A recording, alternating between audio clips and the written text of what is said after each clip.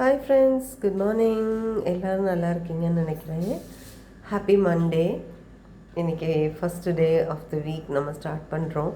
சரி, இன்றைக்கி இட்லியில் ஸ்டார்ட் பண்ணலாம் அப்படின்னு நல்ல மெதுன்னு சூப்பர் மல்லிகைப்பூ இட்லி.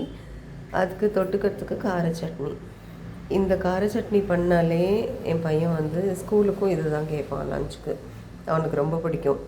அதனால் இட்லி அப்படி ஒரு 5 இட்லியை போட்டுட்டு அதுக்கு நடுவில் இந்த கார சட்னியை வந்து ஒரு 2 கரண்டி எடுத்து போட்டேன்னா அவன் ட்ராவல் பண்ணும்போது இந்த பாக்ஸ் அப்படியே மூவ் ஆகிறதுல இந்த கார சட்னி வந்து இட்லி ஃபுல்லாக பரவி நல்லா ஊறி மதியம் வந்து சாப்பிட்றதுக்கு சூப்பராக இருக்குங்க.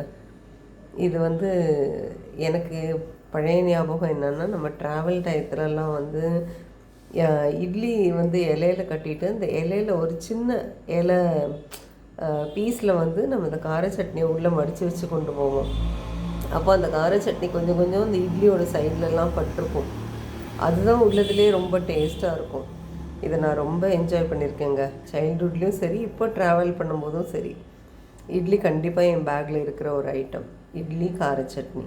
ஸோ இது உங்களுக்கு பிடிச்சிருந்து நீங்களும் இதை என்ஜாய் பண்ணியிருந்தீங்கன்னா ஒரு லைக் கொடுங்க.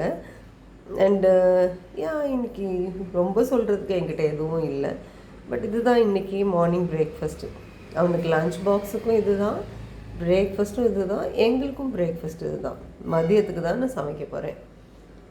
சாம்பார் அவரைக்காய் கறி வைக்கலான்னு இருக்கேன் மதியத்துக்கு. Okay, thank you. ஆஃப்டர்நூன் லன்ச் டைமில் பார்க்கலாம். Have a wonderful day tears.